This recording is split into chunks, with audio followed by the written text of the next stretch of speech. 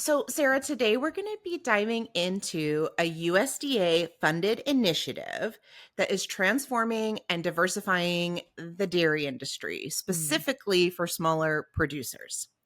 So, the article that we're going to be talking about is from one of our favorites, Civil Eats, and it is titled Bringing Back Local Milk, Ice Cream, and Cheese. And of course, we're going to link to that article in our show notes for anybody that wants to read the whole thing. It's actually a really long, really good article that highlights many, many farmers and producers. We're only going to be talking about a couple here. So, yeah, if you're interested in this story, I definitely recommend grabbing that link and reading the whole article. Yeah, the article focuses on the Pacific Coast Coalition's Dairy Business Innovation Initiative. It is a mouthful, so we're going to call Yes. it DBII, which is one of 4 initiatives across the country funded by the USDA's Agricultural Marketing Service. And before we jump into the meat of the article, Chelsea, I wanted to bring a related stat that I pulled from one of my current favorite books right now, which is called Barons by Austin Frerick. He says in the book that for decades, huge operations have been replacing family dairy farms across America. Wisconsin, the longtime heart of dairy production in the US alone, lost 38% of its dairy farmers during the past decade. And today, more than half of America's milk is produced on less than 3% of its farms. There are both less farms, these are my words. There are both less farms and more intense usage of farmland and farm animals today. So, according to this article, the national program helps small and mid-sized dairy producers squeeze more value out of their milk, not by intensifying what they get from the land or intensifying what they get from their animals, but instead by diversifying their products and markets, reducing waste, and innovating packaging and processing. Yeah, and Sarah, we actually learned through this article that the US currently has 39% fewer dairies than it did 5 years ago, kind of speaking to what you were just talking Mhm. about, right? But despite that, as you have already pointed out, the same number of cows are producing 5% more milk. Mhm. So, really, this support from the USDA through these DBIIs aids the smaller farms, the smaller dairies, the smaller players in countering those forces of, as we talk about all the time here, an increasingly consolidated industry. Yeah, I mean, we've been talking a lot about the grocery industry specifically and the consolidation surrounding the potential Kroger Albertsons merger. But the fact is that every part of our food industry has been consolidating and continues to consolidate every year, right? What I used to think of as like big meat, if you will, turns out is really big grain. The same companies that are growing corn are storing the corn, are transporting the corn, are feeding corn to animals on farms that they own, are processing those animals in facilities they own, and then are selling the protein, that meat, in grocery stores under a wide array of brands. And, that's the lack of transparency, right, that we're fighting against in grocery stores. And it's one of many reasons that we support local and regional food systems, right? Bringing back the transparency, treating our land better, treating our animals better. And I think at the end of the day, feeding ourselves and our families higher quality food. Yeah, and we also see the impact of that consolidation right there in California, right? California is the nation's leading dairy state, producing nearly, get this, 1/5, Wow. yeah, of the US milk supply. And this is happening mostly on industrial farms in the Central Valley, right? Yeah. These farms hold, on average, around 2,300 cows. Okay, so just to give you a comparison there, right?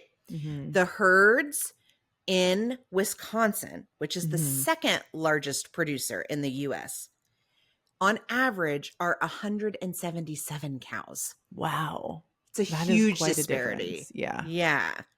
But now across the nation, we are seeing these mega dairies becoming the norm, Mm-hmm. right? As more farms mirror California's CAFO operations. Yeah. So, Sarah, I know I promised you some joy and inspiration Yeah. in this segment.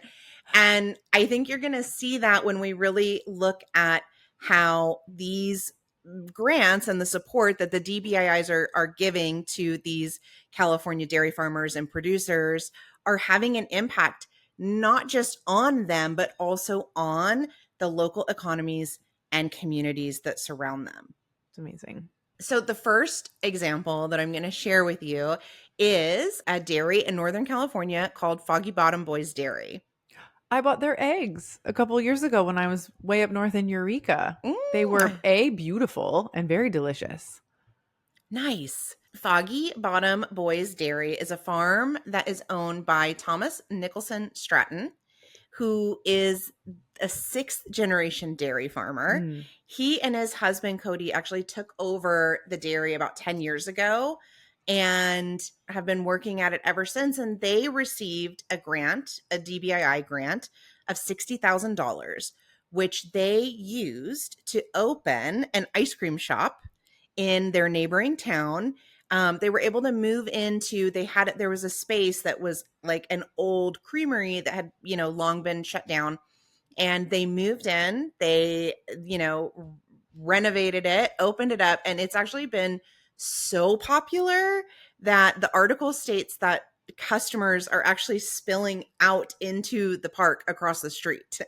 I love that. And didn't they named it like Jersey Scoops Ice Cream Shop, which I love because it's named after the kind of cow that they raise, which is a Jersey cow, which if you're listening and you don't know like a Jersey cow versus like a what I'll call a conventional cow, this is like the old school dairy cow that they have. They don't produce like super high volumes of milk like a Mm, commercial cow will. And for those of us who get a little bit of an upset stomach when they eat ice cream, this ice cream I can eat cheese from a Jersey cow. Like, so I'm a big fan. And next time I'm up north, I'm going to have to stop at Jersey Scoops. This is really exciting. yeah. And, something that's really great about what we're seeing happen here is that the article goes on to say that because of all of this activity, because people are so excited about this ice cream shop, that by the way, is getting its product from right down the street, Right. right? From their dairy. Everything is so fresh, but people are so excited about it that it's creating a buzz and an energy that is giving businesses a reason to start to move into these empty storefronts in this town that's been considered like a sleepy town Yeah. for years. It's amazing. Oh, regional food systems, local food systems like blossoming and growing and making a difference in people's lives, like in countless number of ways. That's really, really cool. This is a joyful article, Chelsea. Thank you for this Yeah, one. I told you. I promised. I promised.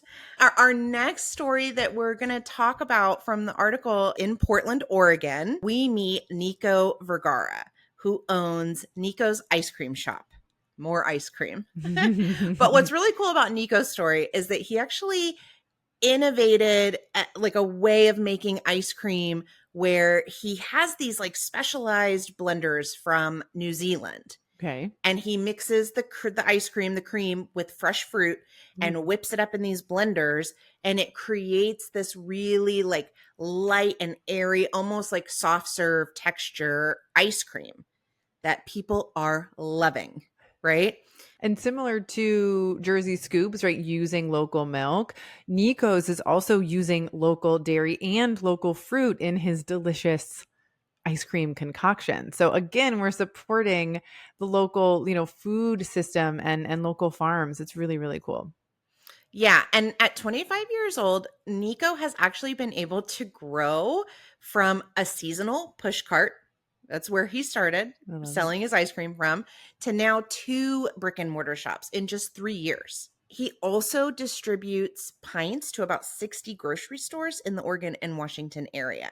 He has now received a $40,000 grant, DBI grant, as we've been talking about, which has allowed him to acquire like additional blenders Mm-hmm. of these special blenders. And he is working towards nationwide distribution. I want to talk to Nico. I mean, how many blenders does he have going?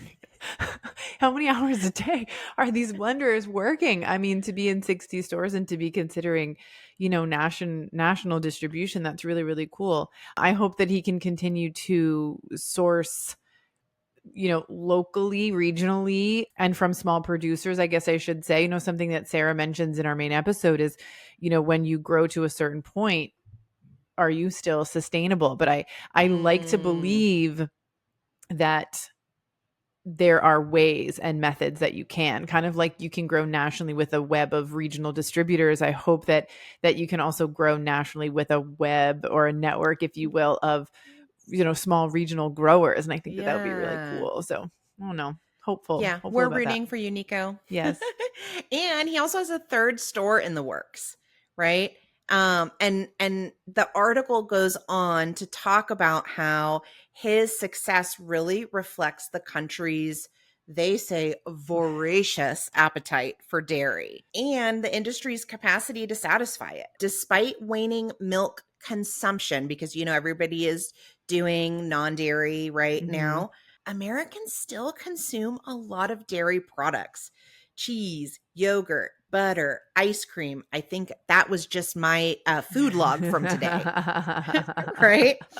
But between 2021 and 2022, the average annual consumption of dairy products rose by more than 12 pounds. Okay, this freaked me out, by the way.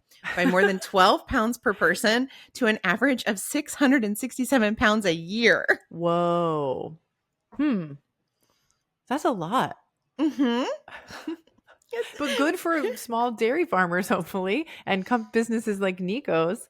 Yeah. So I think we can see how these DBIs and programs that are similar to them are playing a really important role in supporting individual businesses, local communities, and local economies. And the really important piece here in all of this is that when we do have a diversity of production practices and locations and really regional systems, it makes us so much less vulnerable to Yeah. disruption, right? Mm-hmm. To supply chain disruptions, to climate related issues.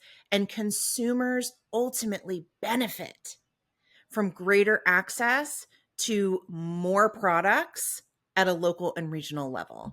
Yeah.